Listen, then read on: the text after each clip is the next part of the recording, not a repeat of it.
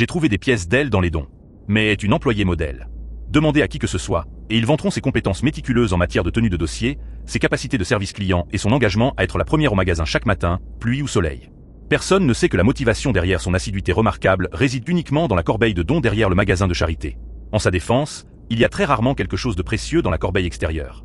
Cachée presque honteusement dans un coin du parking, elle est souvent utilisée plus comme une poubelle que comme un don par la communauté. Mais trouve plus de canettes de soda écrasées et de papier gras que de vêtements, mais de temps en temps, quelqu'un laisse un véritable trésor. Aujourd'hui est l'un de ces rares jours. Il y a plusieurs sacs en plastique propres dans la corbeille. La plupart d'entre eux sont remplis de vêtements pour hommes, mais l'un des sacs contient quelques pièces pour femmes. Sous les sacs en plastique se trouve un coffre en bois surprenamment bien fabriqué, du type destiné à être placé au pied du lit pour contenir des pyjamas.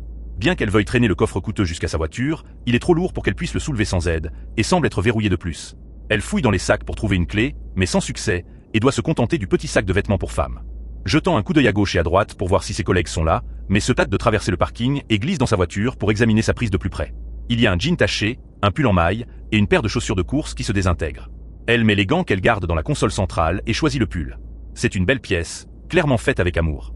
Il sent horriblement, et nettoyer cela sera certainement une corvée, mais c'est indéniablement digne d'être sauvé.